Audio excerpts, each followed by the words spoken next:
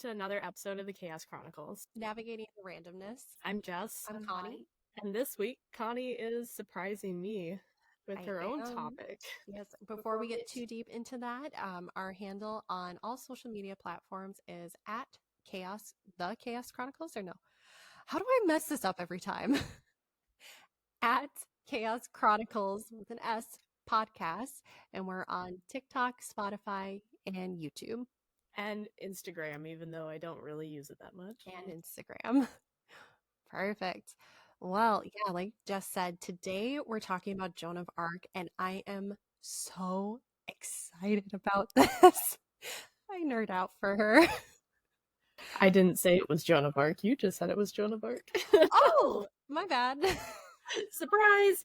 Yeah, today we're talking about Joan of Arc, which arguably one of my favorite historical figures, huge role model. And she is still a very important figure in not only French culture, but also cultures around the world, which, without spoiling, we'll talk about later. So, before we also get too deep into this, Jess has some knowledge of Joan of Arc. Basically, just that she's a saint, and that is it. Yeah. That's the extent of anything that I know of her. Yeah, no, that's all. I mean, that's the big highlight, really, is that she was a saint. So there is a lot of information about her, and for the sake of time, I've condensed it down, but we'll get into it. So Joan of Arc her English name is Joan of Arc, but in French, and I don't speak French, so I'm going to butcher all of these names of towns, and like, don't come for me, don't cancel me, it's not offensive, I just don't speak French. We'll get through it. We'll get through it. You know, we talked about how this is kind of like the Dyatlov Pass episode, which you should really check out if you haven't. That was a fun episode. It was dark. Don't watch it while eating, but like, it was good. Also trigger warning with that one. I don't think this one. I think we're good on this one. No, we're good on this one. We're good on this one. But yeah, no, like with that one, we couldn't do the Russian. We can't do the French either. We're trying. So I'm going to butcher this, but in French, she is known as Saint Jeanne d'Arc, D''ARC, otherwise known as La Pucelle de Orleans. Pucelle meaning maiden, and she would actually refer to herself as Jeanne La Pucelle or La Pucelle, the maiden.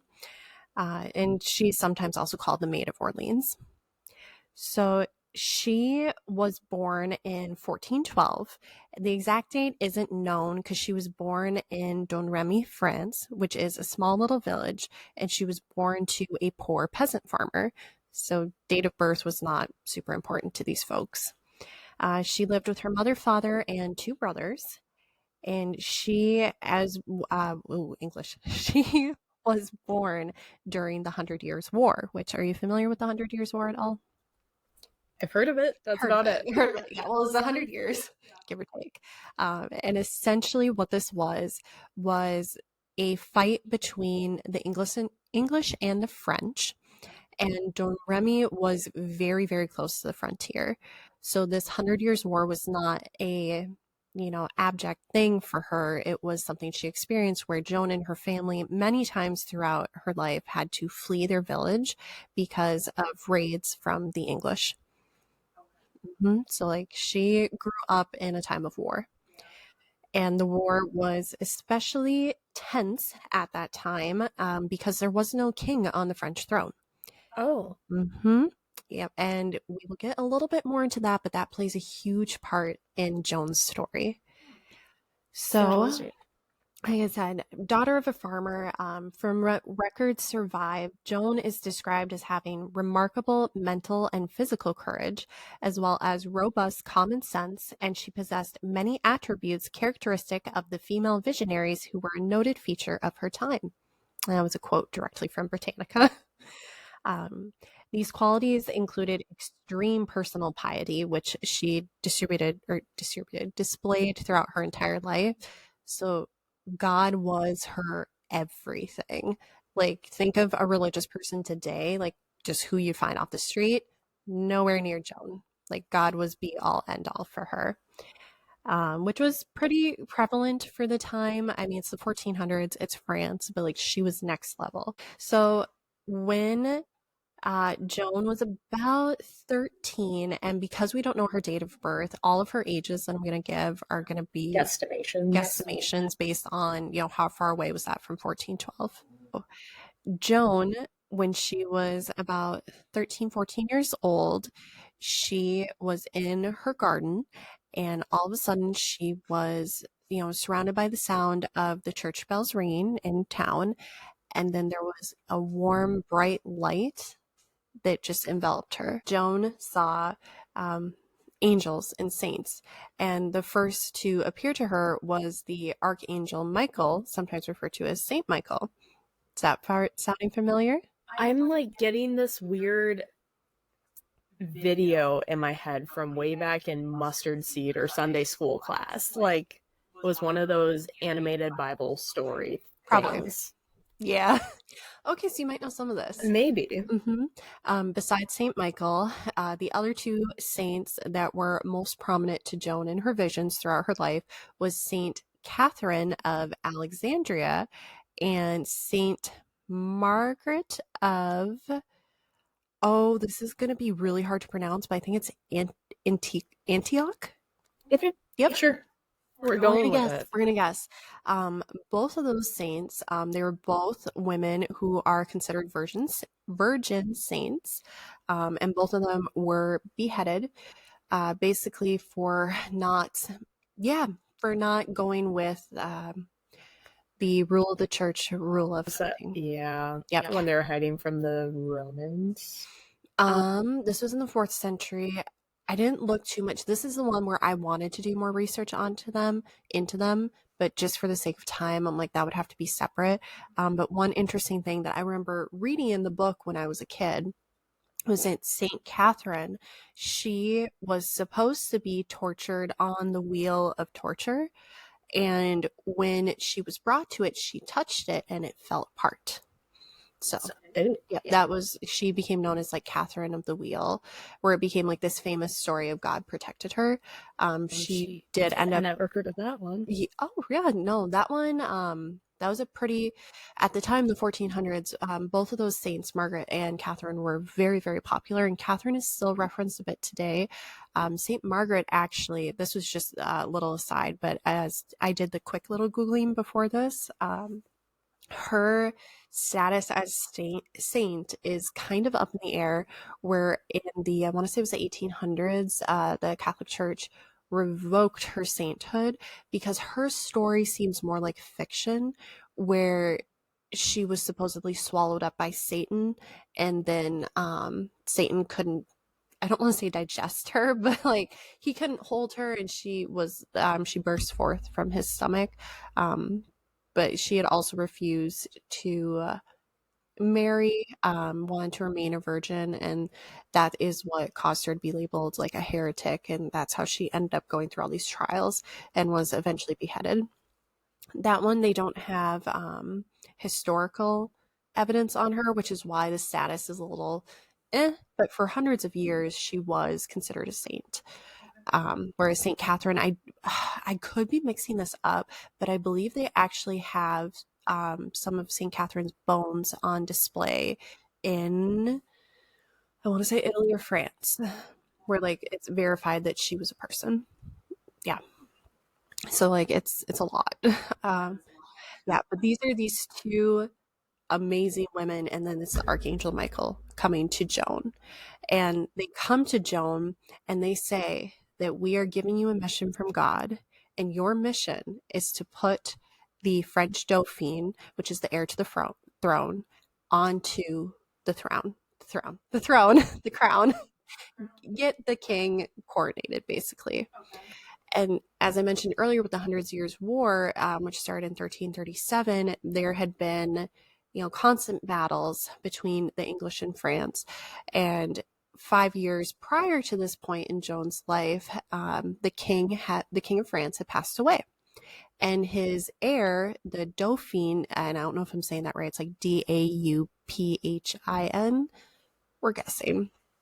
The Dauphin and he was Charles VI. He was left as the Dauphin. He was not coronated to king because the French crowned their kings at a town / a fort called Reims, I think it is, Reims. Don't quote me. And this fort was deeply entrenched within the English territory.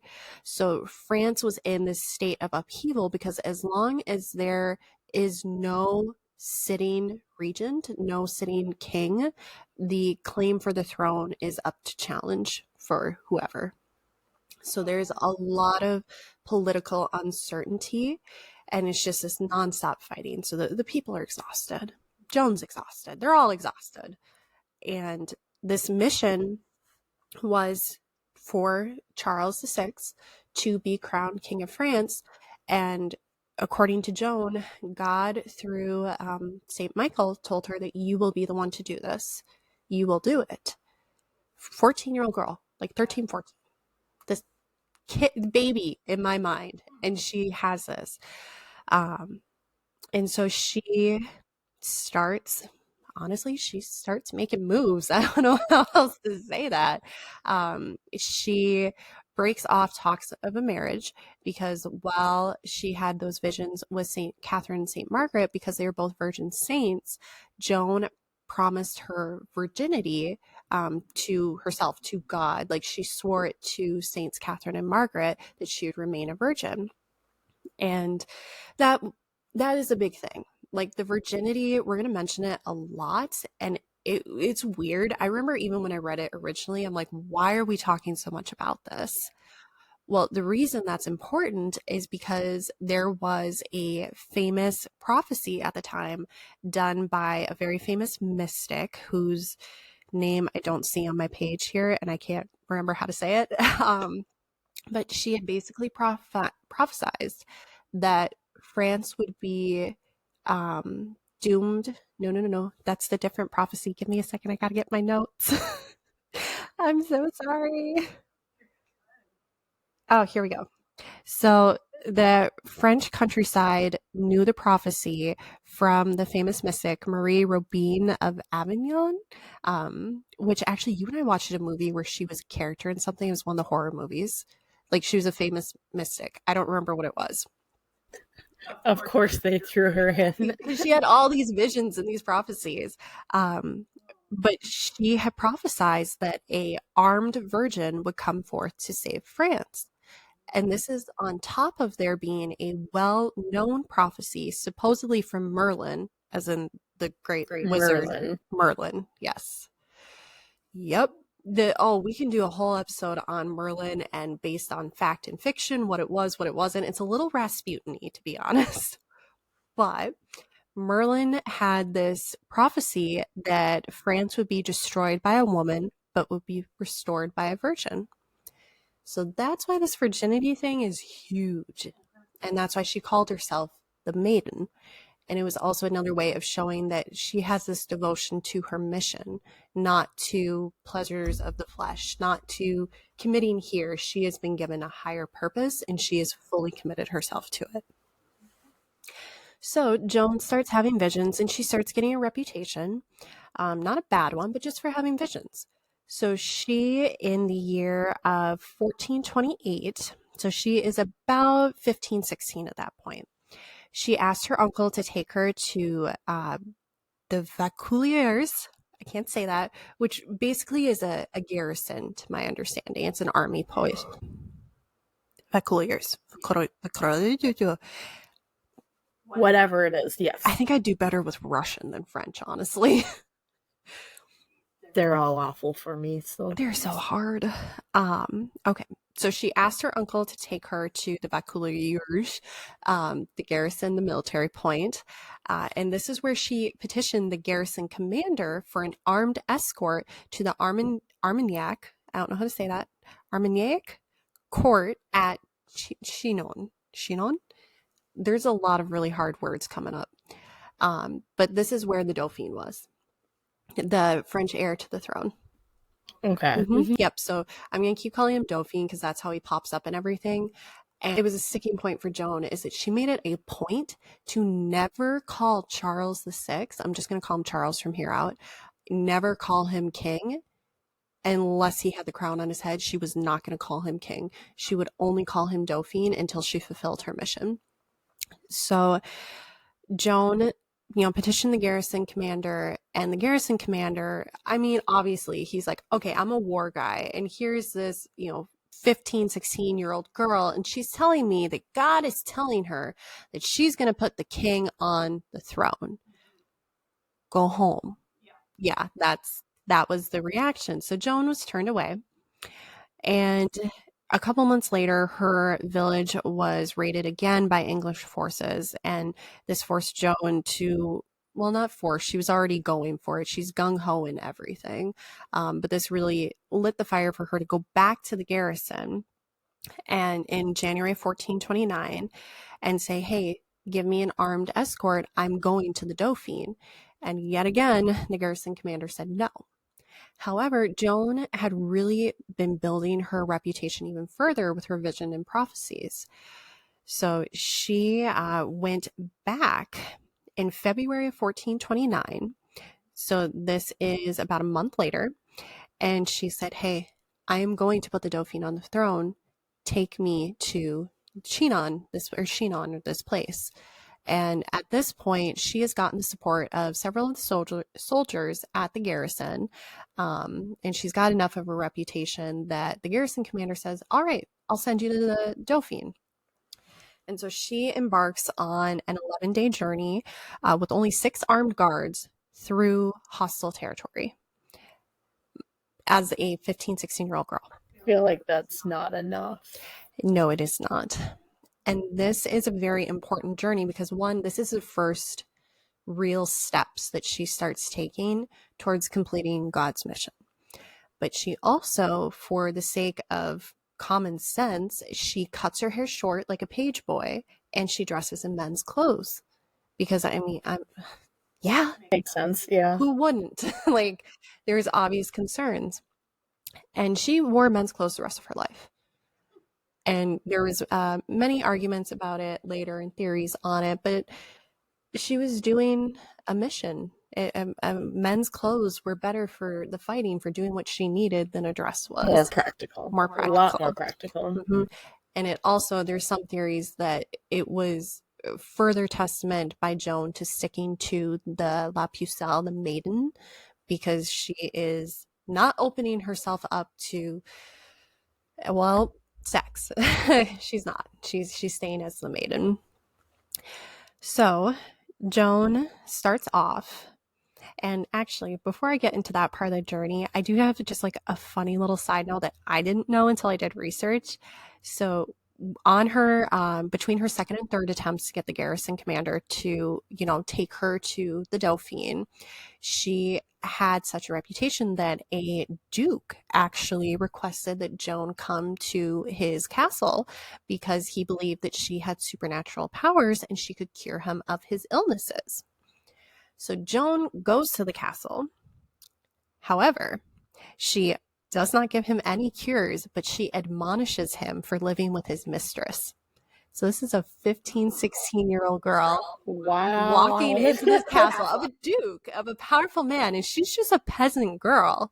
Like, I don't think we understand just how truly, like, mind-boggling that is. And she's like, yo, I ain't gonna heal you. Also, you're stupid. You're living in sin. Get your mistress out of here. Like, just, can you imagine that? Wow. No. I love it. Wow. Oh, I started laughing when I was reading that last night. So I'm like, you go, Joan. Like, call them out. Do it. Yes. So proud of her.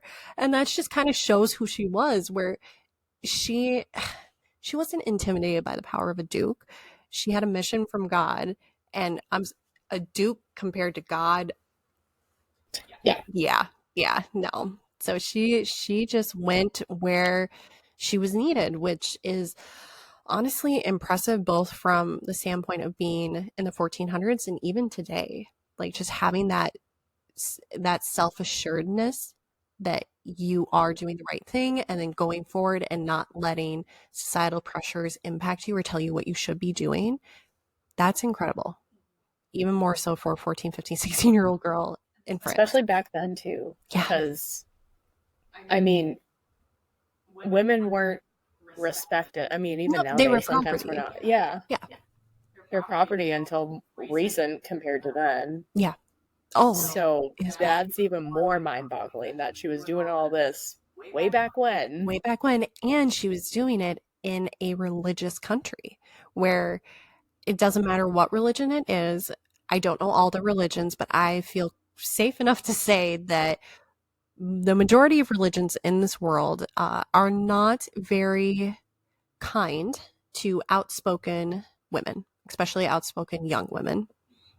You know, they may be praised after their death, like the cases of St. Catherine and St. Margaret, but while they're living, it's a little bit different of treatment.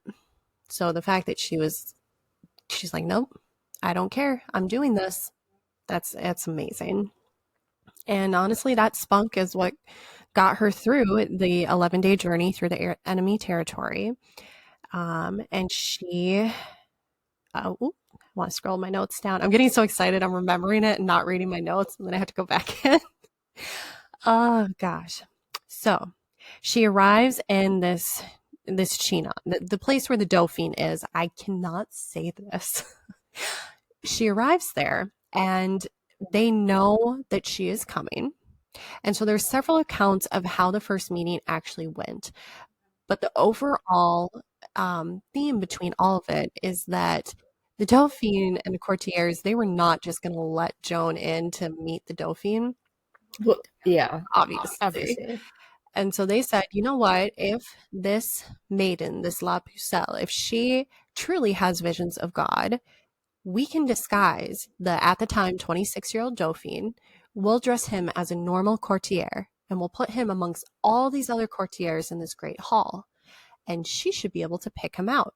Never having seen a picture, no portraits, nothing. God will tell her if she's real.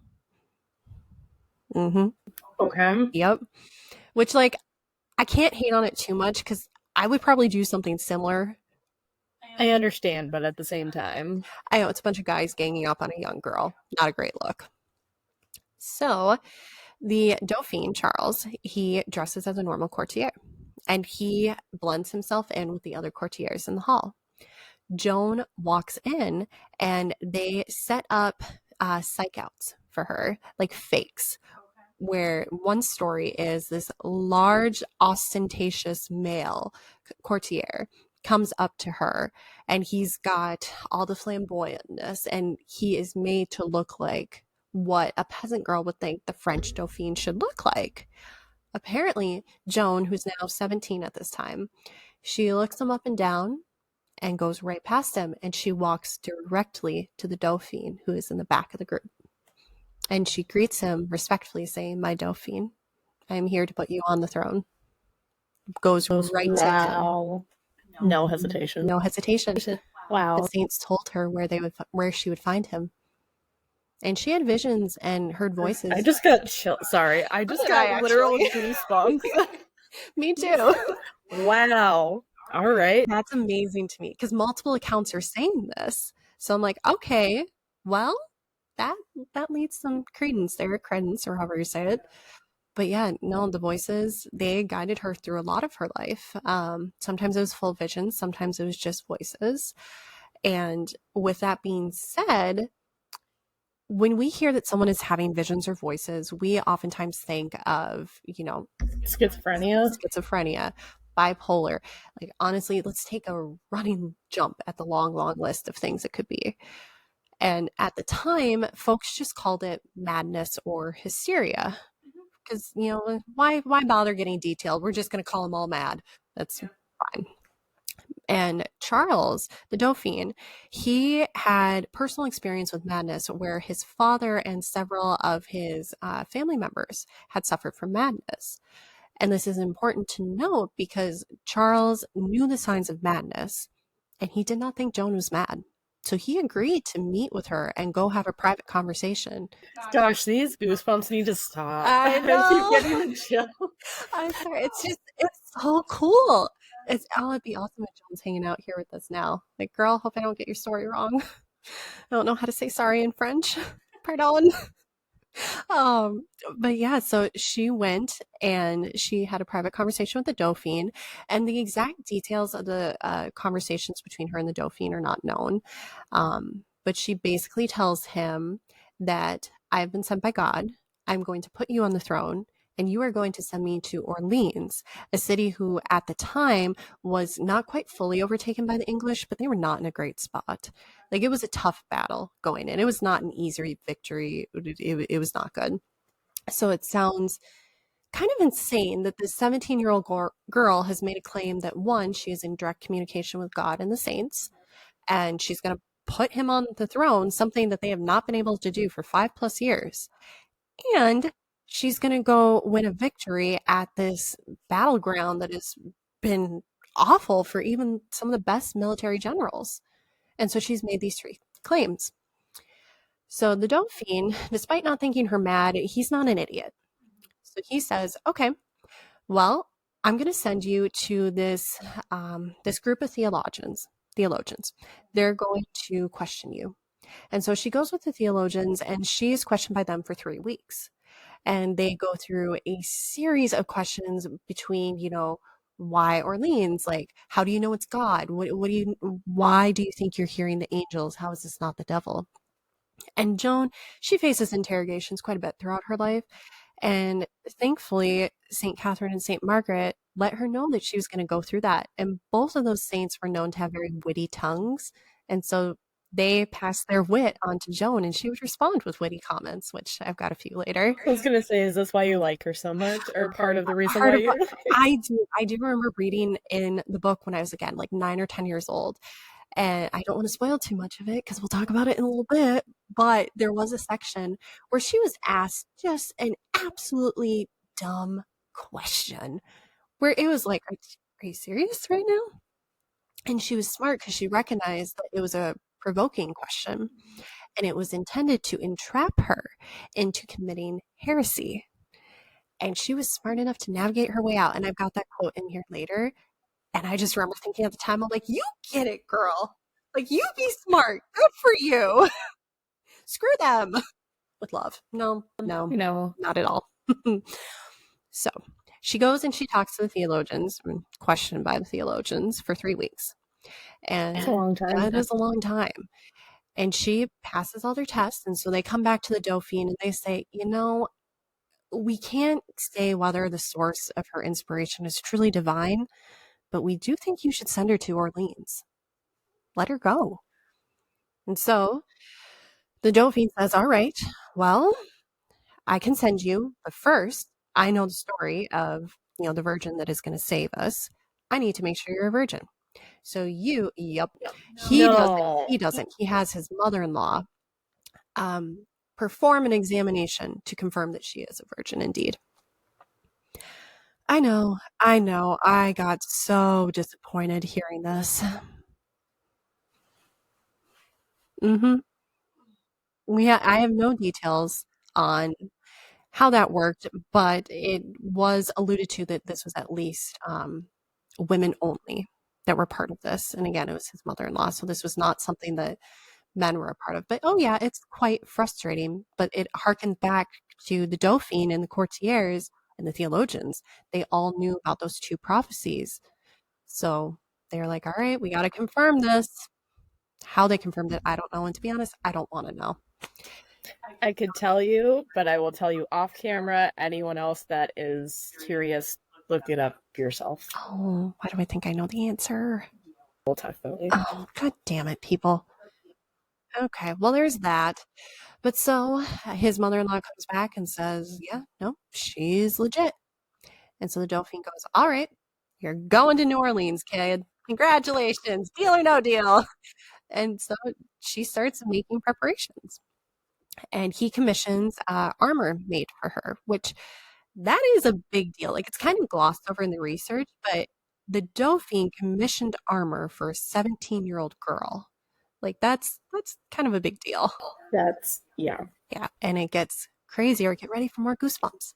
Oh, So gosh. Joan, she has the image on her armor painted of Christ in Judgment, which is a very famous picture. And then she has a banner created that just says Jesus on the banner, which like very direct at the time. They didn't have like all the fun 3D printing we had, but like it got the job done. But then when the question of her sword came up, she said, "Go to the church at Saint Catherine de Fairboy." Ooh, I butchered that one too. And she said, "Look under the altar. You will find my sword." So sure enough, soldiers go there and they discover there's a sword. No one knew there was a sword there. The saints told her that that's where your sword will be. She had never been there either. Yeah. Yep. Oh my gosh. This whole thing is just leaving me speechless. Like, I wish that I had, like, more to, like, interject in here. I don't. I'm just in awe right now. You're good. Trust me, girl. You will have opinions later. Trust me. You will. Yeah. Is this a happy story? Define happy. Oh no. Yeah. Okay. So Joan gets her sword. And also, just a side note, I thought that this was kind of like a nice little humanizing part. Joan has not been alone in all this. I mentioned that she had two brothers, and they actually were with her for all of this. And so they did stay with her, and they became, it's not really clear if they were commanders or captains in her army, but they were with her. So she's not completely alone. Oh, that's sweet. It is sweet. It makes me feel a little better. But like, before we started recording this podcast, I talked about how I had like this protectiveness of her. This is where I started like feeling that protectiveness, which makes no sense as a 9 or 10-year-old kid learning about someone who was older. But like now as an adult, I'm like, no, I want to protect this sweetie. Like this poor little girl. Like this is so 17. What were we doing at 17? Not saving Not a country. that. Yeah. Oh. No. We were just trying to work out bad eyeliner, bad fashion styles, and bad dating choices. Duh. See? Different lives. But that age, on a mission from God, saving the country. You're still in high school. Yeah. And she's going into battle. It's insane. Crazy. It's absolutely insane. So she gets her sword. And this is really where, according to records, this is when she starts calling herself. I kind of messed this up saying it earlier. This is when she starts calling herself La Pucelle, the Maiden. This is where it really becomes her branding, and it becomes well known. So, as Joan is preparing to go to Orleans, she sent a letter to the Duke of Bedford, who was holding hostage Orleans on behalf of the English. And she basically said, "Hey, I'm warning you. I was sent by God. I'm going to drive you out of France. Surrender or I'm coming." This girl's got 17. balls. She does this multiple times, by the way, with different people, different battles, where she sends the letters of warning and says, like, watch out, Joan's a coming. Your choice, fight or not. I'm happy with either. God's got me. Who you got? Chills again. This girl. Oh I my know. gosh. You see why I love her so much? She's amazing. I'm geeking out. Woo! So, yeah, she was an early proponent of psychological warfare, and I love her for it. Mhm. And she, oh, I want to make sure I don't skip too far into the next part because it's all so connected. So Joan arrives at Orleans, 17 years old. It's 1429. And when she arrives, I mean, she's a 17-year-old girl showing up with a Jesus banner, and she's not really taken that seriously.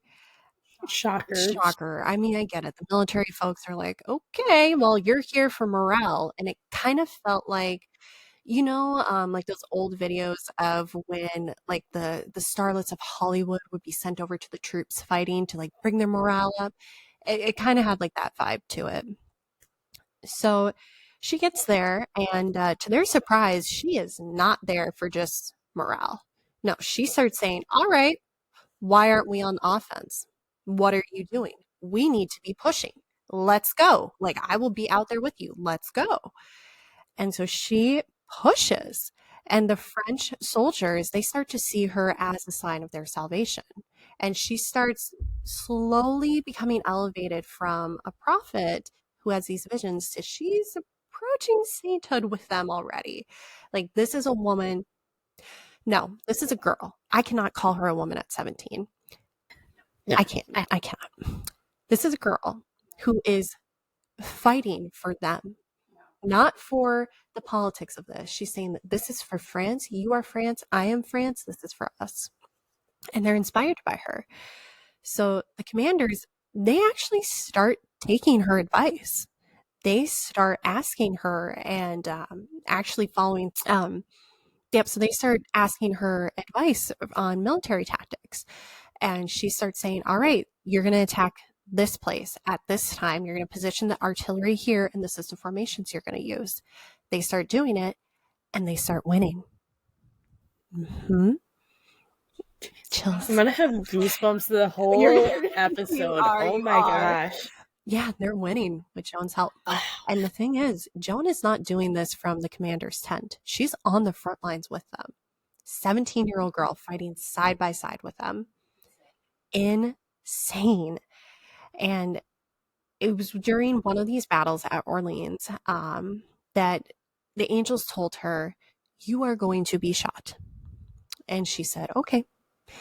And sure enough, the next day, she's in battle and an arrow pierces her between her neck and her chest. Painful, yeah. Doesn't let it stop her. She gets treated and she is back on the battlefield. And she is back on the battlefield for the final battle in which they drive the English out of New Orleans. New Orleans is here in the U.S. Out of Orleans, and they claim victory. She led that. Insane. 17. Yeah, mind you now, this is only a couple months after she had gone to the garrison and said, take me to the Dauphin, and he agreed. So obviously, this is huge that she won this battle. The other thing that's even bigger is that when Joan had met Charles, the Dauphin, months earlier, she had said that if she was sent to New Orleans, she would demonstrate that she is really sent by God. Because, nope. Is it New Orleans or just Orleans? Did I say New Orleans again? You've been saying Orleans a lot. Or New Orleans a lot. Son of a... I'm saying New Orleans more often than not. It is Orleans. It is not Orleans, not New Orleans. I'm American, okay? We have New Orleans here. It just rolls off the tongue. It does. Okay, so Orleans, Louisiana. Oh, I love the Louisiana accent. I can do it, but it's offensive, so I don't. So, yes, I've probably said New Orleans several times. I don't. It's just Orleans. I goofed. Okay. So, as I was saying, this is a momentous victory because when Joan had met the Dauphin months earlier, she said, my victory at Orleans will prove to you that I am sent by God. Like, I am here to get you on the throne, and that is what God wants. So, she gets the victory, and the Dauphin's like, all right, that's sounding good. On the other hand, of course, there has to be a losing side to every battle, and the English did not see Joan in a particularly good light. They believed that this victory was proof that Joan was actually possessed by the devil. I was about to say, is this going to go opposite? It's going to go opposite. Yeah. Because how else could a poor peasant farm girl beat the ever-impressive English army? No, it's always the devil. It's a woman, devil. Every time. That reminds me, we should do the Salem witch trials. We should do the Salem witch trials. How have we not thought about that? Halloween time. That can be we can have a whole Halloween month. Yes, please. That would be a great one. Oh, that would be good. Okay. Side note. As we're talking in spring. Yeah. Might be summer by the time this episode comes out, but that's fine. In Minnesota, it'll still feel like spring because who knows what weather we have. Did she predict the weather ever? I wonder if Joan did, because I feel like the weather was important in a couple of battles, and I thought I remember reading something somewhere that she did have some weather predictions. Huh. How about that? Okay. So yeah, this is where the rumblings really start. Joan is not sent by the saints. She is with the devil. She's a heretic. So that is on the English side. Good boy. And Joan just kind of goes, all right, well, no, I'm sent by God. I had this this victory, and so now we're gonna do the next battle. So Joan, she continues pushing on the Dauphin to take back Reims, where are the place where the coronations happen, the one that I cannot say. She pushes, saying like, "Hey, we need to go get this." And the Dauphin's advisors are going, okay, hang on, little lady. No, we're going to go for Normandy. We're going to do this. And she stands her ground. She says, no, we're going to push for Reims. We are going to get Charles crowned king. And so eventually, Joan gets Charles to agree. All right, we won't do Normandy right now. We're going to do Reims. And I mean, obviously, he has faith in her, and I didn't go too much into the details of the battle at Orleans, not New Orleans, Orleans. But there was many stories that made it back to the Dauphin and his courtiers of Joan's victories and also Joan's visions. There was one such battle where Joan was asleep in her tent and she sprung up, charged out, saying, we go into battle right now. We have to go there. We have to go there. And so she gets her army together. They ride to this other town that Joan had no way of seeing or hearing anything from. And they get there and there's already a battle going with the English. So Joan had no idea, but she rounded them up. They came in and they won. So there are multiple instances of things that are just not explainable by human standards that happened. Mm-hmm. So again, when she comes back to the Dauphin with this victory, you know, he's going, all right, well, yeah, she might be sent by God. Okay. And she's telling me to go to Reims, but, you know, the courtiers and my counselors, the smart guys are telling me, air quotes, are telling me to go to Normandy. And so he starts leaning towards Normandy, and then Joan pushes back and says, nope, you basically get your ass to Reims, respectfully though. And so they do. So they push on. And then in that same year, so we're still in 1429. She's still 17, 18. She pushes the Armagnac, that's the French forces, towards Reims, and they actually do claim it back. Yeah. Mm-hmm. And it was not one battle. It was a series of battles that Joan both fought in, and then she also laid the foundation for other commanders to go into battles, and she would give them advice based on her visions, and they were able to win those victories. So basically, at the center of this victory is Joan. It would not have happened, or it would not have happened in the time frame that it did without Joan. Very important to remember that, by the way. Yes. Very important. So, on July 16th, 1429, that was the day Reims was officially reclaimed by the French. And the next morning, Charles was crowned king. And for whatever reason, I don't know the details on this, but he decided to be super original, and he changed his name from Charles VI to Charles VII. I don't know. Make it make sense? I don't know. People are weird. But what you gonna do? And that's why I'm just calling him Charles or Dauphin. I'm not trying to, because there are a lot of Charles. We're just sticking to this for the Dauphin right now. If someone's an expert on French history, you can tell more in the comments. Because let us know. Yeah, I ain't got that degree. And I'm not trying for that degree either. I have some self-love. I don't want to go back to that much school. Let's see. Okay. So at this victory, this really cemented Joan and the French army's reputation for invincibility. And Joan had promised success to the French people. She said, we're going to reclaim this. This is going to happen. And it did. So the French countryside, the French city, all the French, they were like, oh, this is the Maiden. The Maiden. Like, oh my God, she's fighting for us. And of course, the English is going, me, me, me, me, me, me. It's the devil. That's the devil. They don't like her as much. Yeah. Um, Unfortunately, the no, it wasn't just the English that didn't always love her. There was grumblings in the French court. They did not like this young woman. We'll get more to that later.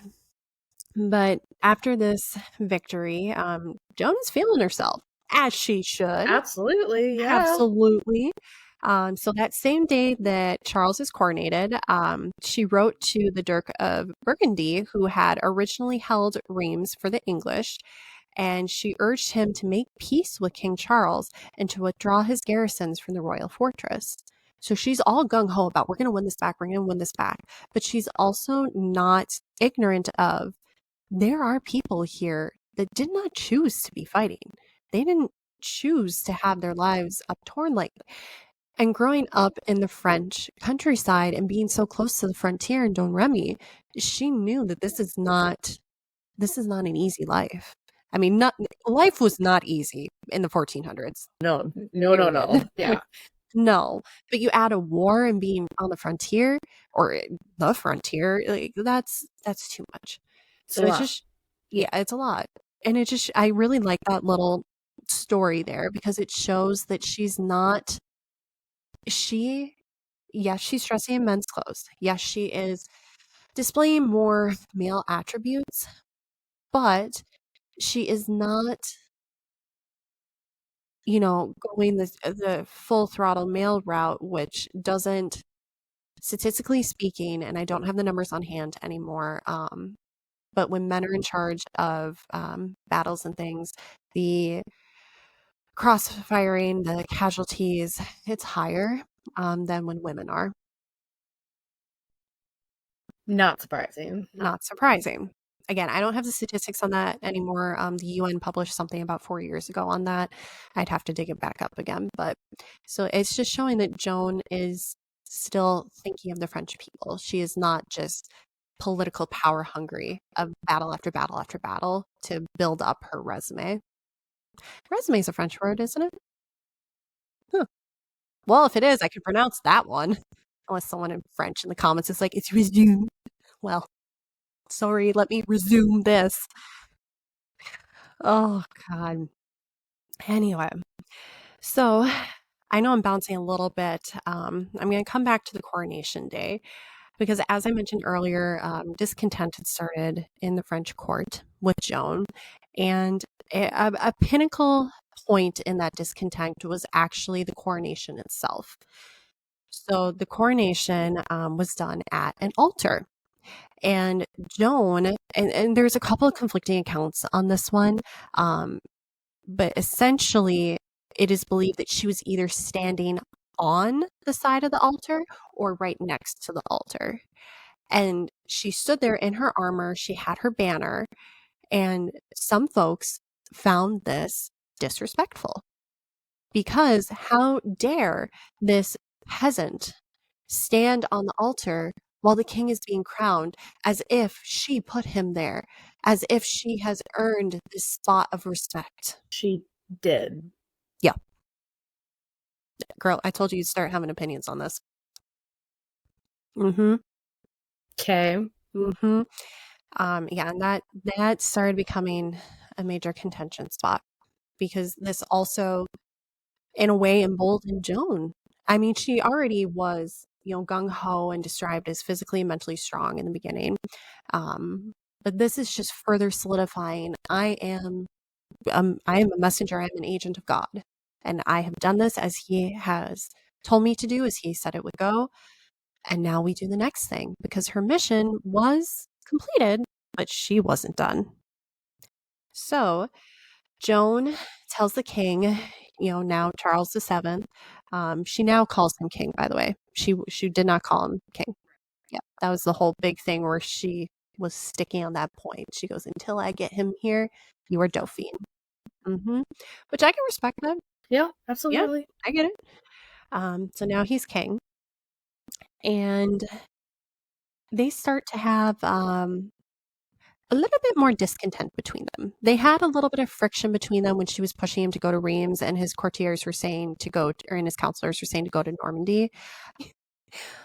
But it starts to grow a little bit further because after the coronation, Joan says, all right, let's get this military going. We're going to reclaim Paris now. And Charles is like, but I'm already king. Like, I don't know. I mean, this is kind of comfy. Kind of like it. Like, why don't you go sit down? Like, didn't play with the doll or something. Yeah. So you can see where this is going. Yeah, great. So Charles decides, all right, let's do a victory parade a couple days after the coronation.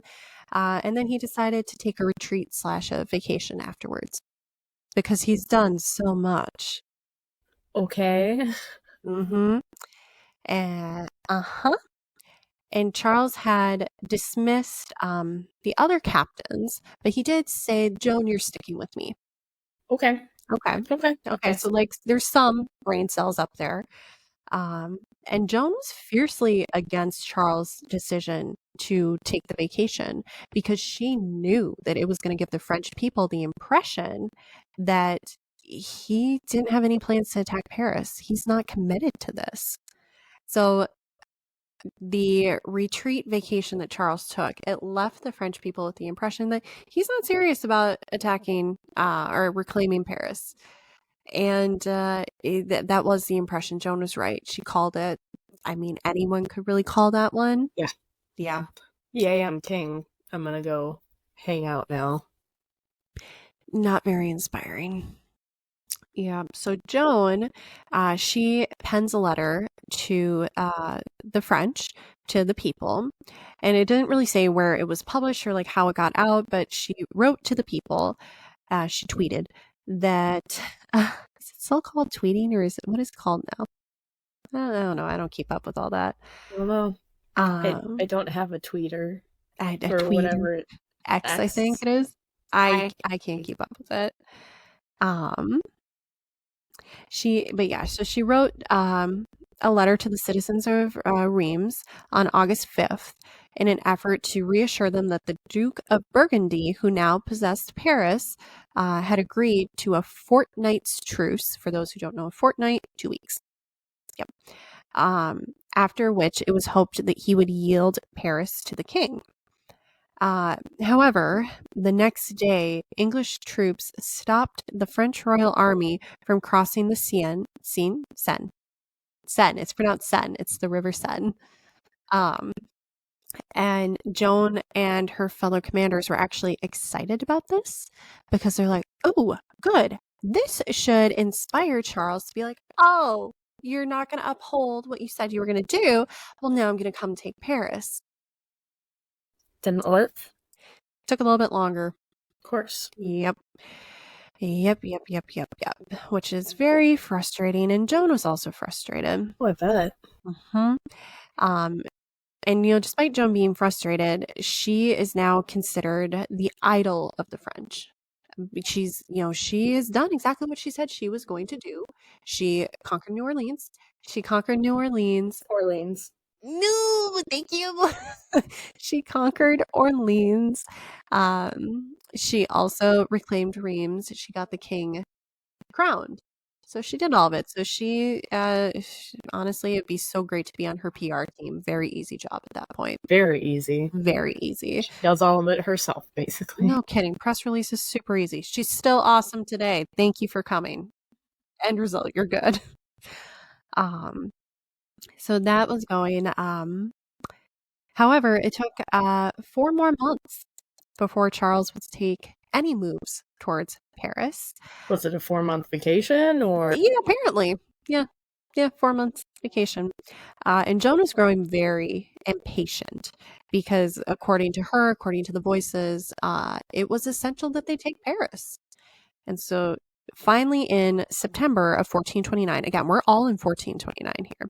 I said 4-month vacation for Charles because he was so busy. And then finally in September of 1429, the battle for Paris truly begun. And according to several sources, Parisians could apparently be in no doubt of Joan's presence among the besiegers. She stood forward on the earthworks, the front line, calling them to surrender their city to the King of France. Again, Joan has this thing where she sends the letters in advance, or she calls out warnings from the front line saying like, hey, up to you, surrender or don't. I'm like, Either hey, way, same result. yeah, like it's going to be French here, whether you like it or not. And honestly, good for her. Again, she's still 17, 18. Major balls for 17. No kidding. For any age, really, you're on the front lines. Yeah. You're facing the English army, which more balls than grown adults. No kidding. Like I'm like, there's got to be some hubris there of youth, but also like, I mean, if I knew I had Archangel Michael and the saints and God behind me, I would probably unstoppable. You'd have a little bit of sway in your step. Absolutely, just a little, and that's what she did. So during the battle in Paris, Joan was wounded again.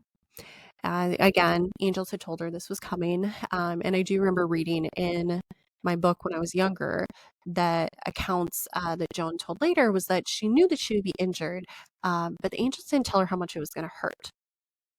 Yep. Yeah. And like that very much humanizes her again, because even though she's got all of this divine supernatural strength and power, she's still a 17, 18-year-old girl. And I believe it was in this battle, I didn't put it in my notes, but this was one where she was struck in the head, I think a couple times by, I don't know if it was rocks or something else, but either way, getting struck in the head, period. Right? Yeah, bad. Didn't take her out though. No, she kept fighting. That's determination right there. While she was wounded, there was a couple points she couldn't physically be in the fight, but she continued encouraging the soldiers until they had to abandon that particular battle.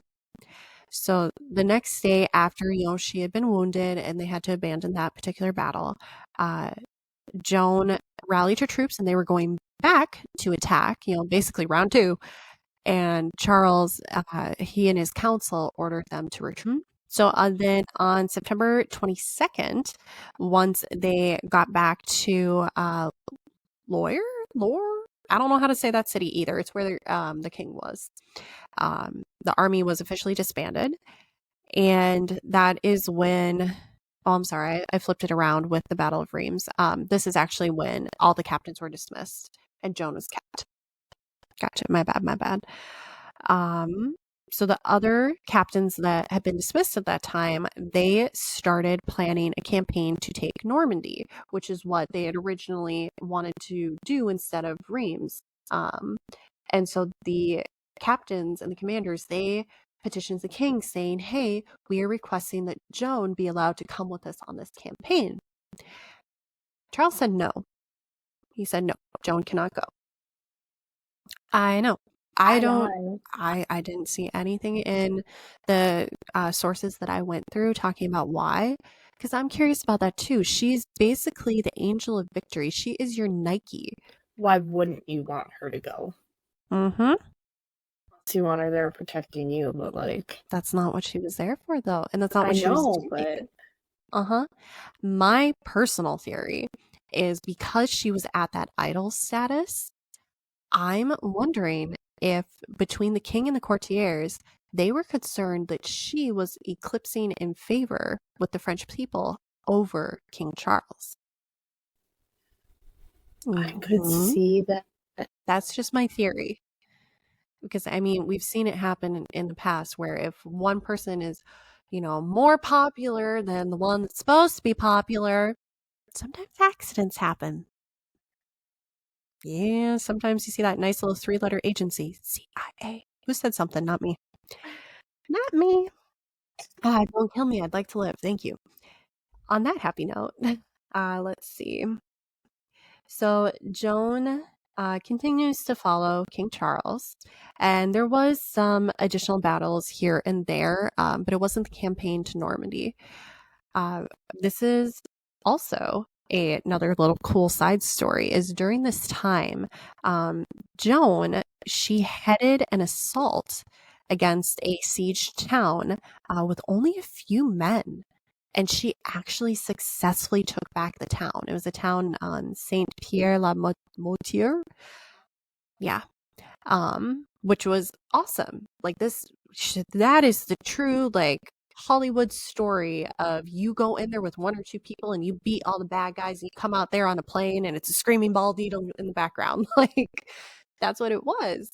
And so, she's emboldened. And so she presses on to another town. Unfortunately, as we all know with life, every time you have some good, there's got to be a little bit of bad too. So I've been waiting for the shoe to drop. Yep, shoe. This is where the shoe drops. Yeah, it's not a good. Okay.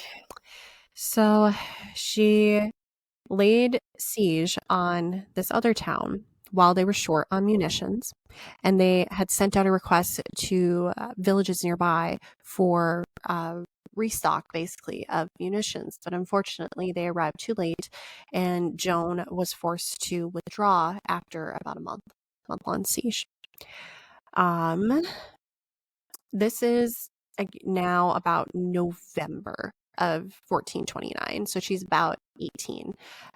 Just a reminder, by the way, 11 months ago is when she first set out for the Dauphine. This is all within an 11-month period that this has happened. Very quick. This is insane. Very, very quick. Even by today's standards, that is quick for having that many victories and that many political victories. Very, very quick. For a 17-year-old girl, 17, 18, who really doesn't have court support. Yeah. And this is also around the time, the next month, December of 1429, King Charles issued letters patent, which basically made Joan, her parents, and her brothers into nobles. So this whole time, she's been doing all of this with only the title of La Pucelle, self-imposed, as a peasant. That's, again, insane when you think of the hierarchical society that they had. I don't know if I said that right or if I just kind of... I can say it in my head, but I feel like once I spit it out, it'll sound just like that too. So yeah, we'll just go with it. Yep, you know what we're talking about. Exactly. How I feel about a lot of these French things. Like in my head, I've got Inspector Clouseau from Pink Panther in my head going ho ho ho and like saying it in French, but it's not coming out that way. It's fine. Again, no one can judge. Like we said in the Dyatlov Pass episode, we're trying. You guys try to pronounce some of the cities here in Minnesota that are Ojibwe and Chippewa words. Like, yes. Okay, it's hard. Oh, okay. So now we have gotten to spring of spring of 1430. And after being forced to withdraw from the month-long siege that ended because of not having enough munitions, Joan made her way back towards Compiègne. Don't know how to say that. It was another village that was under siege by the English. Joan arrived under cover of night and began preparations to attack the next day, May 23rd. That afternoon, Joan led her army against the Burgundian, which was the name of the English forces, holding Compiègne, but was eventually outflanked by English reinforcements. Here's the dropping shoe. Joan remained as long as possible to try to protect the rear flank of her army while they crossed the river to retreat. Now, it was while she was protecting the rear guard that Joan, and there's a couple of accounts on this, but one of the main accounts is Joan was on her war horse. She wore a cape as part of her battle armor, which I believe was relatively common back then. Cloak. Probably, yeah. Cape. Yeah. An English soldier grabbed her by the cape, yanked her down, and she was unable to remount her war horse, and she was captured by the English. Her brothers, who have still been fighting with her this whole time, they were also captured with her. So Joan and her two brothers, whose names I didn't write down, but I want to say it was like Jean-Pierre and Avignon, something. I would have to double check. Very French. They were captured and they were taken to Margny, where the Duke of Burgundy came to oversee her capture. And the Duke of Burgundy, he now becomes a recurring character in the next set of events. So according to the Duke's account, when he met Joan, Joan rejected all counsel and acted willfully, which, like, that tracks with her. What did they expect was going to happen? She's just going to roll over after doing all these amazing things for France. She's like, oh, you got me. Guess I'm English now. Haha. No. Not gonna happen. Not going to happen. I just think it's very funny that he has this written in the record of like, she was just a bratty little teenager. And it's like, well, not really, but also she's a prisoner of war. Like, what were you expecting exactly? So here's where I think you're about to have an opinion. King Charles had been working with the Duke of Burgundy, Joan's captor, towards a truce when Joan was in his custody. Charles made no attempt to save Joan. After everything she did for him. She put him on the throne. He made no attempts to save her when he was already in talks with the Duke. For those who are listening to this and not watching the video, if you don't know Jess well enough right now, she is censoring back a lot. She's censoring I'm starting to tear up. That's how angry I am right now. Holy crap. Oh, I did the exact same thing when I first read about it as a 9-10-year-old kid. I did start crying. I was so angry. Oh my gosh. Yep. I have tears right now because I'm remembering the anger. Yeah. Cool. I don't have words to express how angry I am, but yeah, I literally have tears forming in my eyes because I am so upset right now. I know. Oh my gosh. See, this is where I start feeling very protective of her. Oh my gosh, I am so mad. I would have thought that I needed a tissue for anger in this episode. No, this is what we call justified anger, and I'm so sorry to say it does not get better from here. This is just the tip of the iceberg, isn't it? Yeah, it is. Yeah. Okay, we're keeping this. You're good. Yeah, it's no. He made no attempts to save her. Yep, or her brothers. Just Yep. Yeah. Thanks. Bye. Yeah, Charles. I can emphatically say that he sucks. Like, of all the characters, and or not even characters because these are real people, of all the folks that we have talked about over our episodes, I think I'm ranking him up there as like number one for being awful. And we have Zodiac Killer in here. We have Zodiac Killer. Yeah, I'm putting him above that because at least Zodiac Killer wasn't an ungrateful bastard, for lack of a better word. Like, yeah. Because again, reminder, Charles, my boy, Chucky boy, he had 5 years to get his ass on the throne, and he didn't. It wasn't until Joan got there within the span of, what was it, May, July, within the span of 7 months, she got him on the crown, or she got him crowned. Sorry, girl, I'm getting heated over here. I know. Yeah, Ruby can tell that both of us are in distress right now. And she's kind of whining at us to be like, hey, what's up? It's okay. Thanks, Ruby. Yeah, they're going to be emotional support dogs by the end of this. Okay, so Charles sucks. Joan and her brothers are captured. Joan was sent to a different castle than the one she was originally held at. Oh, she's being such a good emotional support dog. I wish you guys could see her. She's definitely not on camera right now. Yeah, she's just sprawled out. She's like, I'm here. I'm cute. Pet me. You'll be okay. Joan could have used that. But so she and her brothers were sent to a different castle.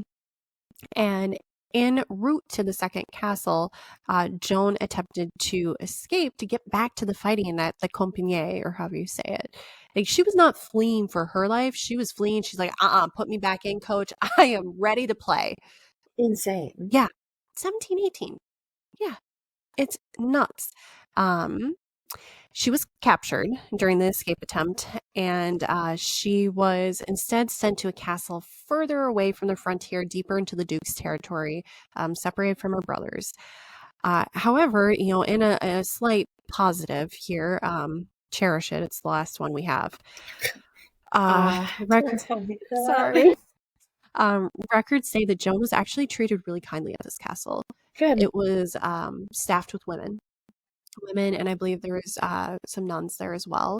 So she was treated well. She was in a safe space with women. Despite all that, because Joan is Joan, she became very depressed that she was, held up. She's being held back from her God-given mission. Mm-hmm. So Joan actually attempts an escape from this castle by jumping out of the tower into the moat. It didn't go well. She was knocked unconscious. Yep. Didn't die.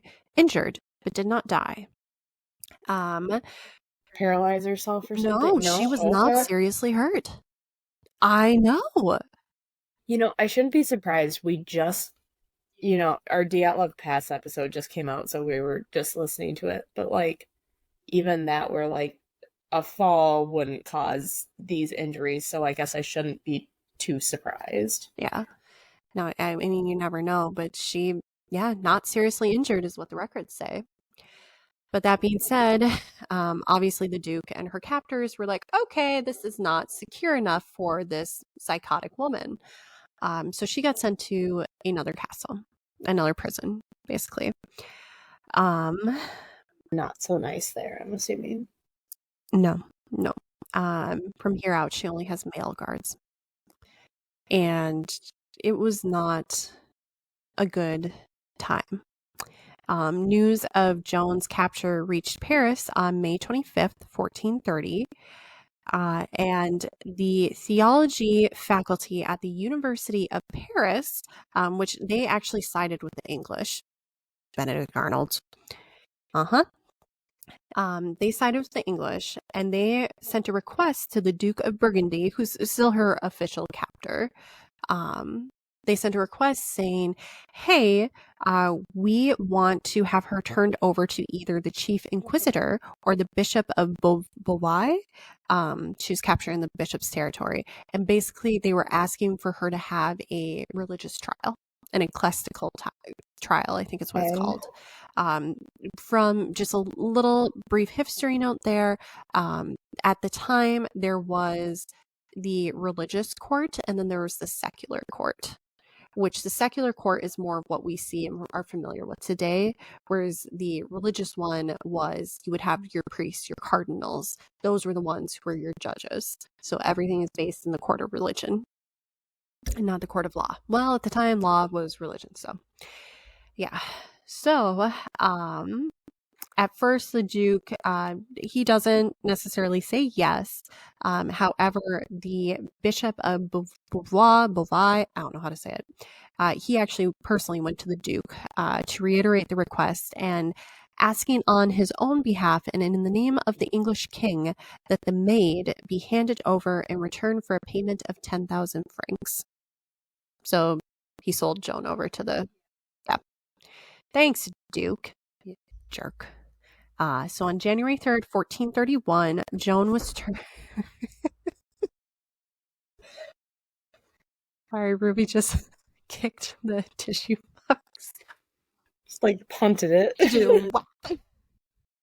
Oh, gosh.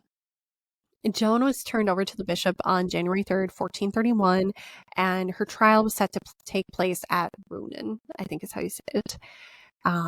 Once in the bishop's custody, Joan was transferred to a tower in the castle of Bourville. I have no idea how to say that. There's a lot of consonants and vowels there.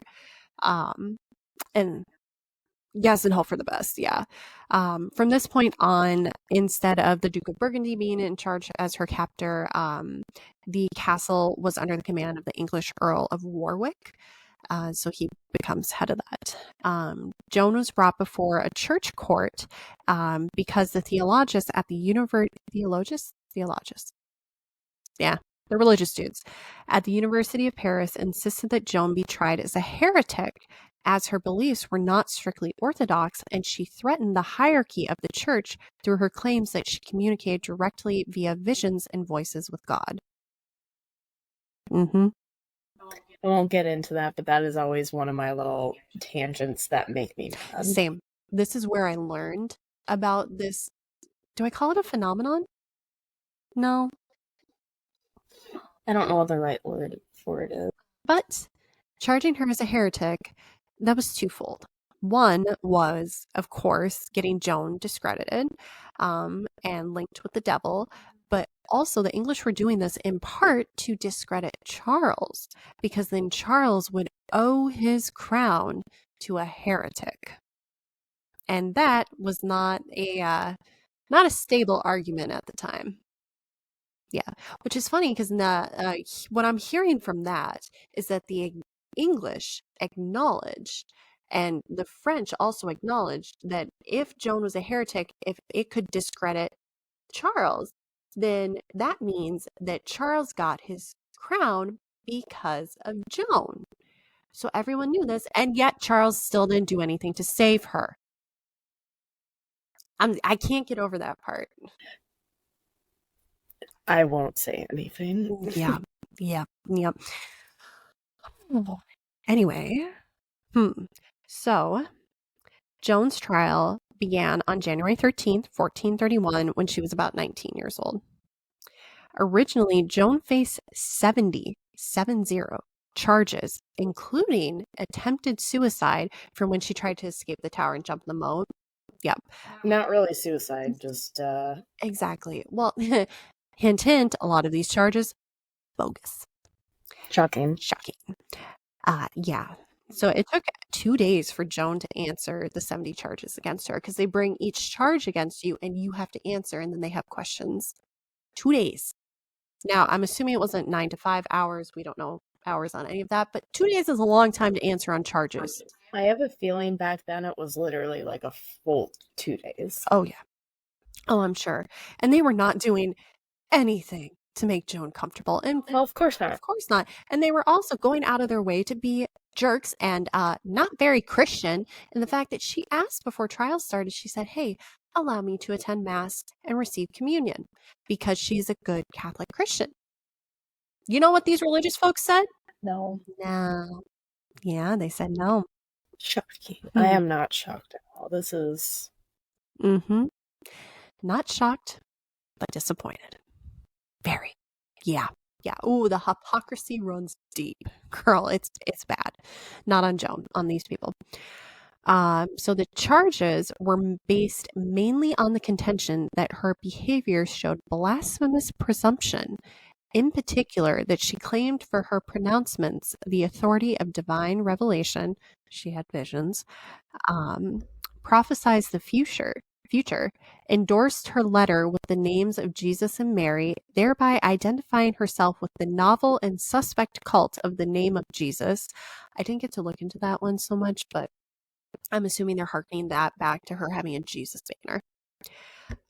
Professed to be assured of salvation and wore men's clothing. Yeah. I'm not hearing anything necessarily bad in there, to be honest. No. Yeah. But that's what she was charged against. And I'm pulling these quotes directly from some of these sources, these being from Britannica. And perhaps the most serious charge was of preferring what she believed to be the direct commands of God to those of the church. Ding, ding, ding. They could have just scrapped all 70 charges. Like, that's the heart of it. Pretty much, yeah. Yeah, they got gypped, and they were like, "Oh, we don't like this, so we're going to charge her with all of this to make it seem super, super bad." Super jerks. Eventually, the charges were brought down to 12. Okay, I still think 12 is bogus, but like, whatever. Between February 21st and March 24th, Joan was interrogated nearly a dozen times before the proper trial actually began. Like, in today's age, we would look at that and be like, this is undue physical and emotional burden, mental burden. Like, you can't get away with this, maybe in Guantanamo Bay, but like... Talk about excessive. Excessive. And again, she's a 19-year-old girl. 19. These are grown men. Okay. Well, she was questioned multiple times on several points she had supposedly been evasive on during initial interrogation, mainly her submission to the church. As I mentioned earlier, St. Margaret and St. Catherine, they were very witty. Joan was very witty. And they told her, you will be laid more traps. They will lay traps for you. This is how you get out of them. I mean, there's a few quotes that come to mind, but one section that I really liked, and I'm pulling this directly as a quote, was during the trial, Joan showed great control, according to witnesses. She induced her interrogators to ask questions sequentially rather than simultaneously, basically saying, hey, one at a time, guys. Good for her. I should honestly do that with clients. Sequentially rather than simultaneously. Refer back to their records when appropriate, i.e., see my previous email, and end the sessions when she requested, which is bizarre.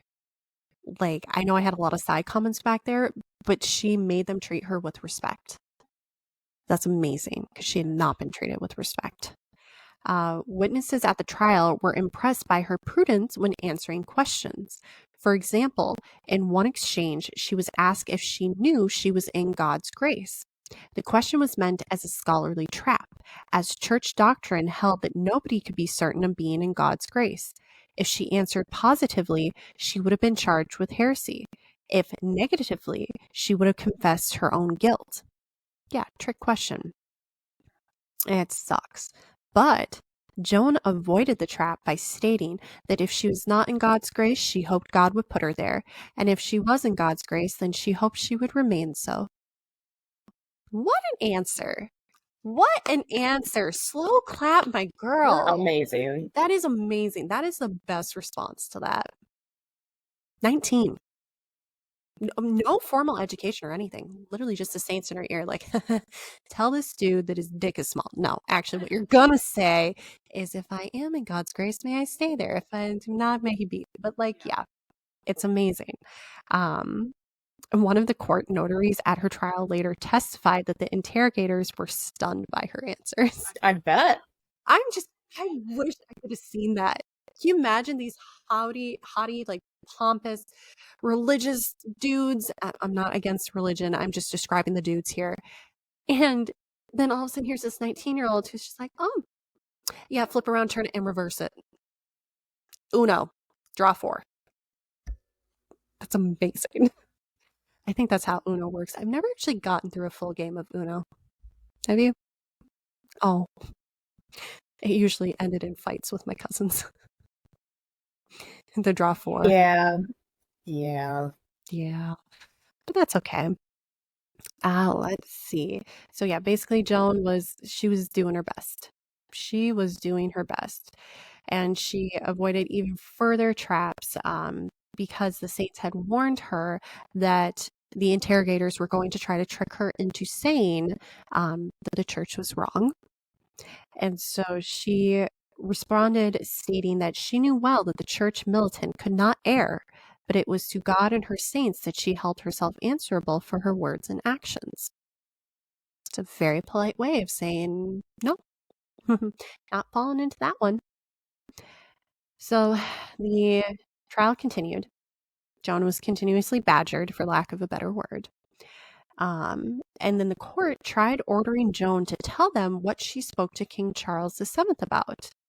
And I mentioned earlier that we don't know the exact conversation between Joan and, at the time, the Dauphin Charles, because Joan never disclosed her conversations with Charles.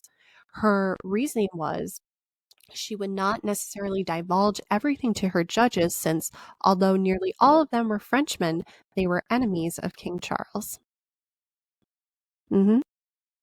Yep. So she said no, because she realized that doing that, and I'm taking some, opinions here of my own, but that would put the French army and Charles in a precarious position, because she had been so aware of inner workings of the military just because of her position. So she said, doesn't matter what you say, I am not giving up those conversations. And she didn't. Good on her. Very good on her. Because the interrogators didn't like those answers. Okay. They did not. Joan was forbidden to leave her prison.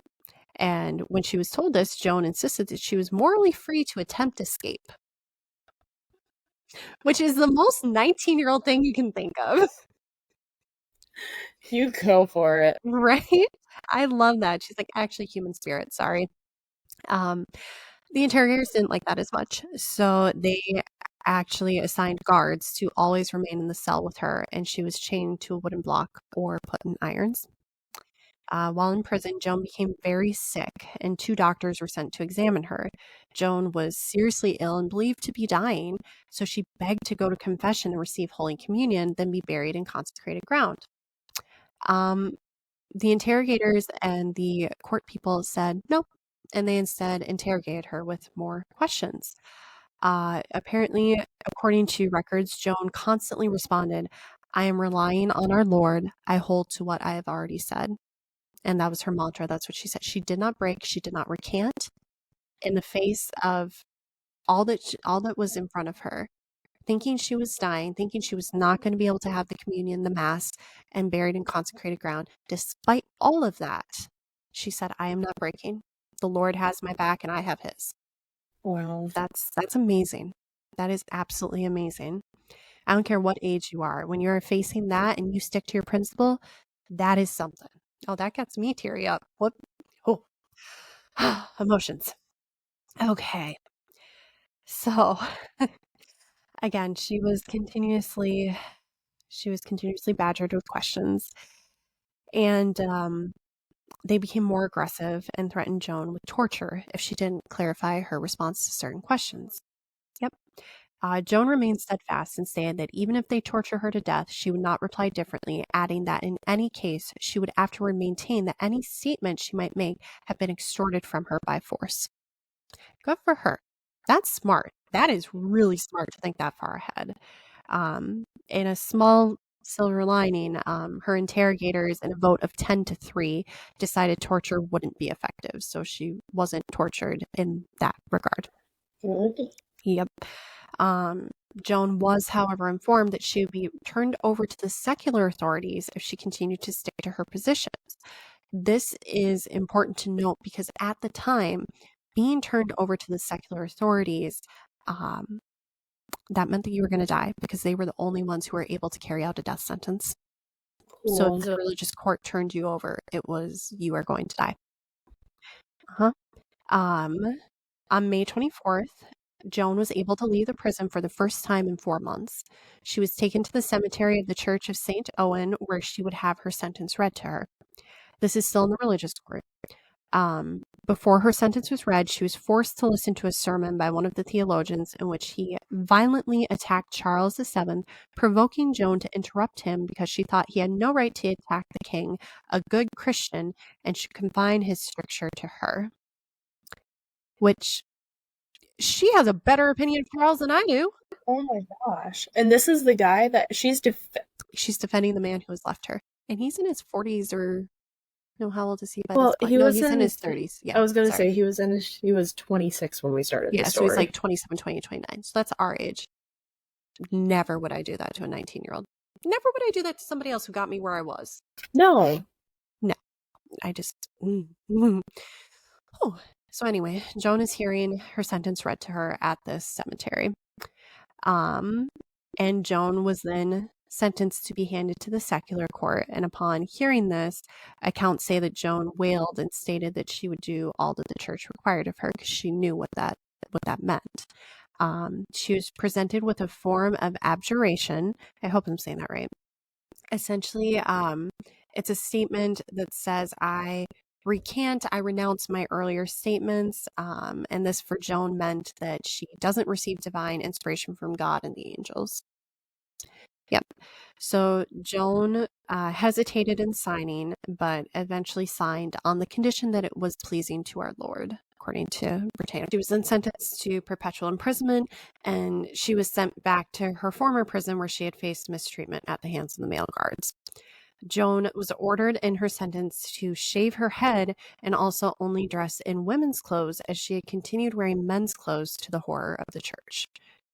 Now, this is where there's a couple different accounts, but the core of it is that Joan only wore female clothes for a couple days. And the reasons for this vary. One account tells that the guards took her female clothes, and they left her only male clothes or a very thin, I don't even know what to call it, a slip, basically. Yeah, it's like a chemise or something. I don't know how to say it. Yeah, so it was either wear this basically nothing piece of fabric while she still has guards in her cell, male guards in her cell, or it is wear the men's clothes. So she wears the men's clothes. A couple other stories say that, or accounts talk about how the slip was also taken away. So she was truly left with men's clothes or nothing. So she wore the men's clothes. The court folks, who has a French name that I did not write down, they came back to visit Joan, if you can call it visit. I'd say just follow up interrogation, spy on her. They came back a couple days after her sentence, and they saw that she was back in men's clothes. They were enraged, and they said that this is proof of her starting to fall back into heresy. And Joan also said, I renounce the abdication form that I signed before. She says, nope, I hear the voice of God. I have been censured by the saints, which basically means like admonished by the saints for my lapse in strength at that time. I regret it. I am Joan the Maiden. I am here on God's mission. And with that, it nails her coffin of she's relapsed into heresy, according to the English religious court. At that point, Joan was she was basically told that, okay, you're going to be handed over to secular court. And the judges had asked her, again, like, hey, are you really, relapsing? And Joan answered that the voices of St. Catherine of Alexandria and St. Margaret of Antioch had censured her treason. Essentially, yeah, she's saying, no, I am who I am. On May 29th, the original judges, as well as 39 additional assessors, which kind of sounds like a jury from what little I could put together, agreed unanimously that she must be handed over to the secular officials. The next morning, May 30th, 1431, Joan was shockingly allowed to go to confession and receive communion. This is important to know because she's been asking for this. Like, this is what she has wanted. And it was also unprecedented, according to multiple sources, that someone accused of heresy was given the last rite. Like, it didn't happen. So yeah, it's not known why they agreed to let her do it, but that's good that she was able to have that. Joan was then taken to the, really hard to say, place du Vieux Marche, which basically roughly translates to Old Marketplace, where she was forced to listen to another sermon. I know, it's just insult to injury here. Another sermon, and then her sentence of being turned over to the secular arm was read aloud to the crowd. And it's important to note that the secular arm consisted of both English and French co-conspirators. So the people that she fought to free. Cool. Yep. They read aloud that she was going to be burned at the cross. So Joan was tied to a stake, and she asked for, or not at the cross, I'm sorry, at the stake. And she asked for a cross, and an English soldier gave her one that he quickly made from sticks. She kissed it and placed it next to her chest before her hands were bound. As the pyre at her feet was lit, Joan asked one of the two Dominicans, which are basically kind of like a Catholic priest, to hold high a crucifix for her to see and to shout out the assurances of salvation so loudly that she should hear it above the roar of the flames. Yeah, no, it's a really, really sad ending, and a couple different accounts say that as the priest is reading out the wow, I'm teary. As I the know, my eyes are watering. same, Wow. as the priest is reading out the salvation, which he did not have to do, and he was encouraged not to. So the priest that's speaking out the salvations, according to records, he was told not to do it, but he ignored it, and he shouted it as loud as he possibly could for her. And so, oh shit. I can't look at you right now. I know. Sorry.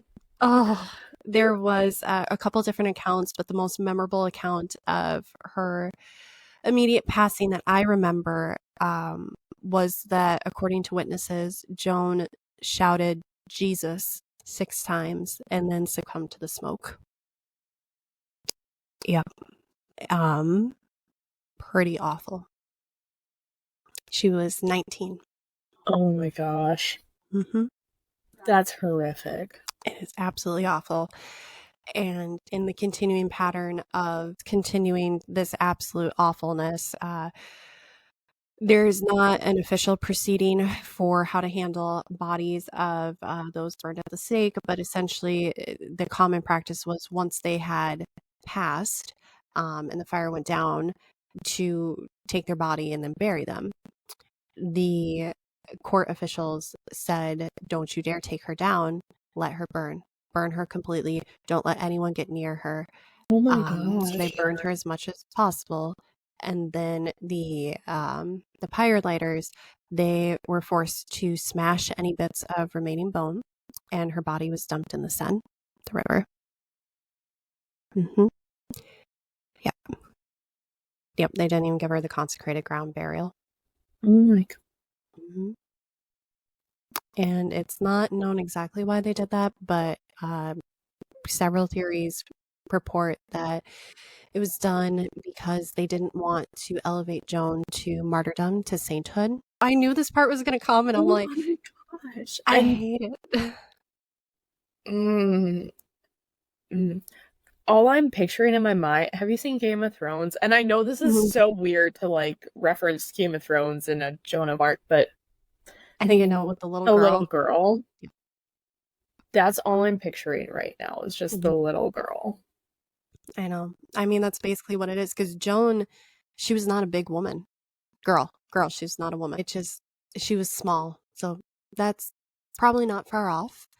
But again, the theory is that, the smashing of her bones and the dumping her in the Seine was because they didn't want her to become that saint or that martyr, just like how with Saint Catherine, parts of her body, her bones were displayed and, worshipped as relic, and it elevates her to the next level.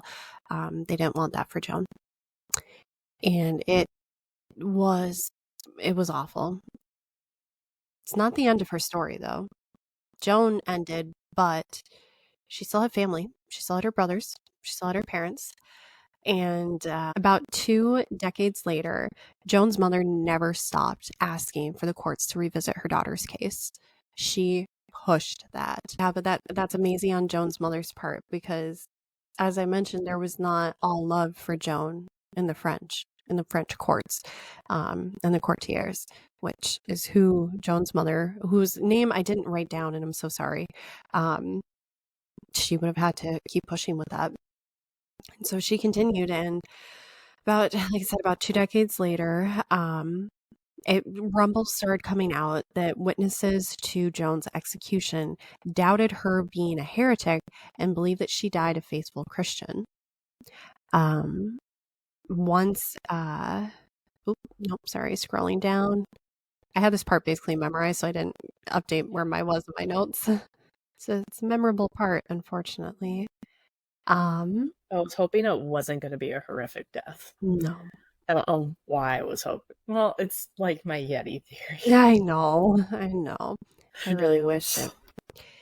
And that's actually, well, that's another thing I didn't bring up is, according to some reports, that Saint Margaret and Saint Catherine visited Joan before she got her sentence of being handed over to the secular court, and she told them that she was scared, that she was, terrified that she was going to die. And because both of these, strong women saints, they had died horrific um, deaths, both beheaded after suffering quite a bit of pain.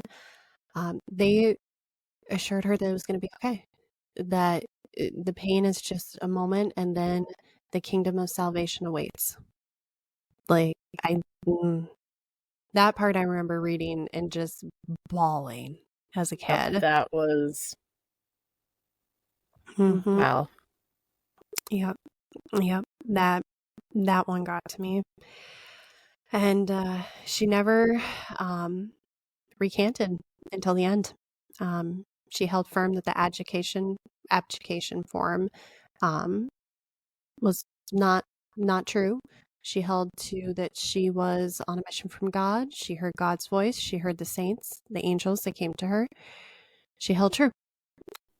And I know I mentioned this briefly off camera, but like the most frustrating thing to me is during time periods like this where, they're like it's against religion if you hear directly from God or whatever. That is why he died on the cross. Like Jesus. Yes, thank you.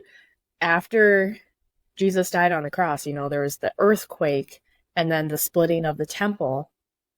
That was the significance of that splitting happened so we would be able to have direct access to him and not have to go through a priest or whatever. And I'm just really, really paraphrasing all that. But like, that happened. Why is it? Because power and greed. That's why. I don't like the answer, but that's the answer. Deep breaths. I know. And I don't know if any of this is really redeeming from here on out. But again, 20 years later, there's the stirs of people saying this was wrong. People at the time, there was many who knew it was wrong. So let's see, I don't have the exact year, but also about 20 years after Joan died, Charles VII, he's coming back in, ordered an inquiry on Joan's trial. Did he do a very thorough inquiry? No. Charles sucks, okay? Yeah. I'm saying a lot there because this is me parsing back a lot of my opinions about Charles. Thankfully, 2 years later, a cardinal representing the Pope stated that a much more thorough investigation was needed. So this is someone from the church. And I did forget to mention, when Joan was going through her interrogations and when she was being sentenced over to the secular court, she did ask that her words and her deeds be relayed over to the Pope, which there's a couple different theories on why that was. The court said, no, and didn't do it. Yeah, so the fact that a representative of the Pope is the one opening this inquisition, that does mean something. So let's see.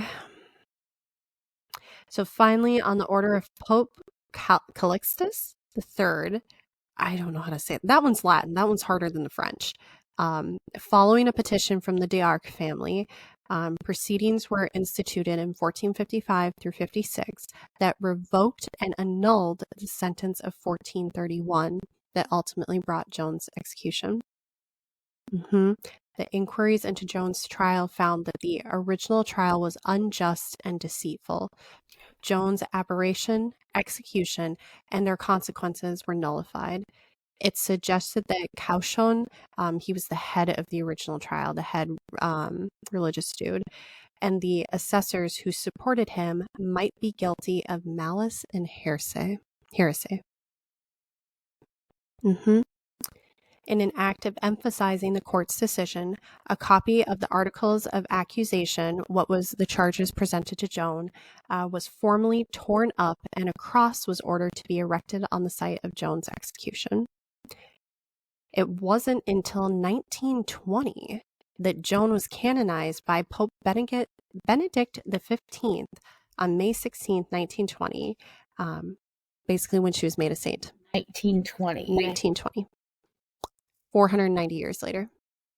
489 years later. 1920. Leading up to that point, Joan was an inspirational figure for the French.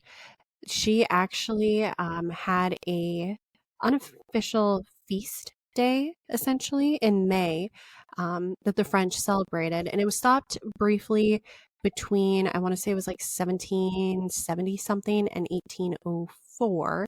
And it was only stopped because of political turmoil at the time. So Joan becomes this inspirational figure. And Napoleon actually in 1804 reinstated the national holiday, the national festival for Joan, stating that she was more than just Joan. And so it's been amazing what she has stood for. She actually is still harkened back as a symbol of both far right and far left political groups in France and even in countries outside of France, where she has just grown beyond Joan of Arc. She is Joan la Pucelle. She is Joan the Maiden. And it's been incredible to see how much that she has inspired after only living for 19 years. So impressive. Yeah. Wow. Yeah. So, yeah, it's a little crazy. And by little, I mean a lot. I ran out of time to research this, but I remember seeing an article not that long ago that they still do a national festival in Joan's honor, held on the second Sunday in May every year. And there is a parade, and at the head of the parade for the last several years has been Joan's great niece or something, who crops her hair short and she rides in armor with the banner. I know. Oh my gosh. I know. So yeah, her brothers had children, and like the Arc family continued, but like yeah. Oh my gosh, that's incredible. Mm-hmm. Do you see why I love and feel so protective of her? Yes. Oh, tears again. I know, I'm trying to like tears go away. Well, if you're watching this and you think this is crazy, like, I mean, just really try to put yourself in her shoes.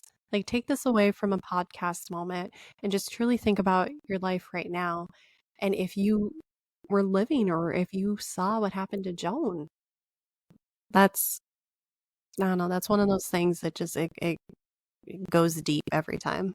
All the incredible things she did and what she got in return. I know.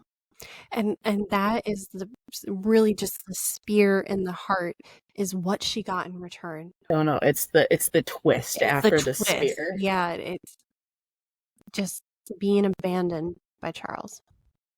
When he had the ability at the very beginning of her capture, when she was still under the custody of the Duke of Burgundy, he had the ability to get her out 2 weeks into her capture. Not even 2 weeks. Yeah. And he didn't. Yeah. After everything she did for him. She literally is responsible for the France that we know today. And that would not have been possible without her putting Charles. And I'm saying without her putting Charles on the throne, because Charles did not put Charles there. Charles had his chance. He had his chance. He had for 5 years. He had his chance to get there, and he didn't. And in the span of 1 year, Joan completely changed the French countryside into the French parliament, into the French throne, changed the English because they lost territories, which I didn't even get into all the political impacts of that. which even still, there was other additional fights besides the 100-Year War between the English and the French. All these amazing things came from Joan. And in the end, she got burned at the stake. Yeah. This one, it doesn't sit well. No, it doesn't. No. Any thoughts you want to add on this one? I have many thoughts, but none are forming into words right now. Girl, I've had years to process this. Don't worry. I've had almost 20 years to process. Yeah, I'm just completely overwhelmed with that whole story. I'm like, wow, this is an amazing story. And I'm just the whole time, I'm like, there has to be something that happened. Yeah, that's worse than what I imagined in my head. Yep. I know. I really wish I could say she grew old, died of old age, or even died in battle glorious. Yeah, see, that's what you kept talking about all these victories and her getting injured, and I'm like, oh, she's gonna die in battle. Yeah. I intentionally did that. Not to gut punch you more, but just because I'm like, I wish she would have died in battle. Like, that's horrible to say, but I wish she would have. I know. Instead of being betrayed and hung out to dry. Yeah, no, I'm gonna need a while to process this one. Yeah, this is a happy one. This is why when you had said when we had that conversation, like, I don't really know much about Joan of Arc, I'm like, oh, honey, I'm sorry, but we have an episode. Like, sharing this with me. Yeah, did not know that story. I don't know what popped in my head at the beginning, but that was not it.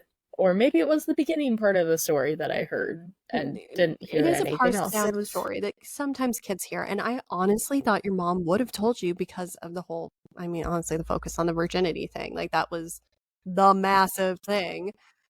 But yeah, intricacies of her story do make it really difficult to try to tell children, especially in Bible school, because the French government and ultimately the church, not the church as a whole, but the church in the area, which was a representative of the whole, they failed her.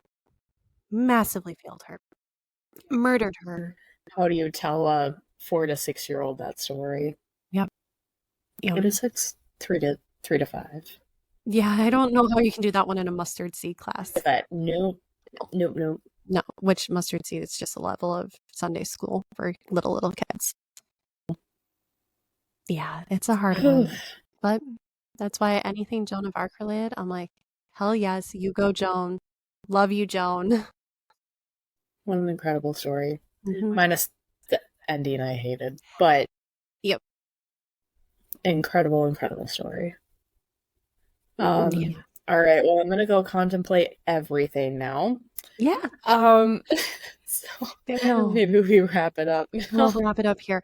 This seems like a really odd time to plug us for us on our social medias at Chaos Chronicles podcast. We are on YouTube, Spotify, TikTok, and kind of Instagram. Yeah. Not all episodes are this heavy. It's random. Come join us for the fun. But if you do have any suggestions, if you have any major historical events, historical figures that make you feel the same way I and now Jess feel about Joan of Arc, let us know. Let us know if it's a really sad one too, because I want to brace myself. Yeah, and we are trying to stagger the super heavy ones, so we'll have a heavy one week and a lighthearted one the next week. We're trying. We're not trying to gut punch y'all. There's enough gut punching in life. Yeah, we need something to uplift us every once in a while. We need something uplifting now. That's what I keep in my mind. I'm like, what can we do that'll make us feel a little better? Mint Oreos, which I've already eaten too many today, but I'll go take my share. On that note, we will see you guys next week. Adios. Bye.